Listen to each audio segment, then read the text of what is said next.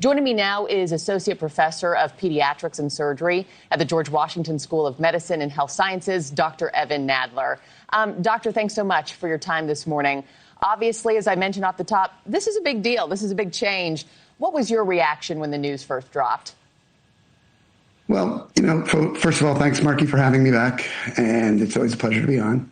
My first thought was, is this part of our annexation strategy for Greenland? Because I don't see any other reason why we would be modeling our healthcare vaccination schedule after Denmark, which is a country of 6 million people and much more homogeneous population than we have here in the U.S.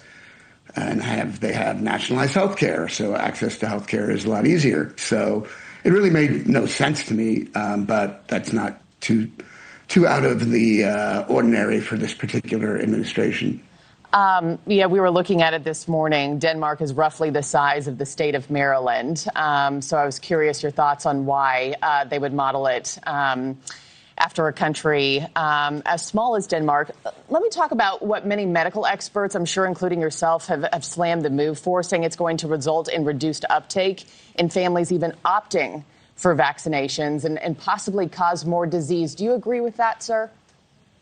Yeah, so it's hard to know, right? Because they keep talking about shared decision-making as the new buzzword.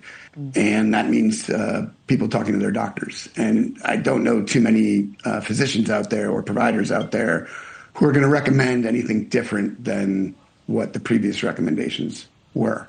And if the insurance companies still cover the shots, then hopefully in real life, in real practice, there won't be too much of a change. But, the comment that was included was that there was distrust in vaccinations after the COVID-19 epidemic and vaccine rollout. But who sowed that distrust? It's actually the current administration or the current HHS secretary. So, yes, there's a reason to be concerned. Hopefully it won't be as big a problem as people are thinking it might be. But we've already seen measles cases go up with the reduction in measles vaccination. So it's likely we'll see the same thing with these other diseases. And what do you say to parents who are praising this move and say, it should be my choice to decide, what goes into my child's body and what doesn't, and how I think, it is best to protect them? What do you say to those who are in favor of this right now, just from your medical lens? Yeah, again, I think everybody wants people to have some say in their health care.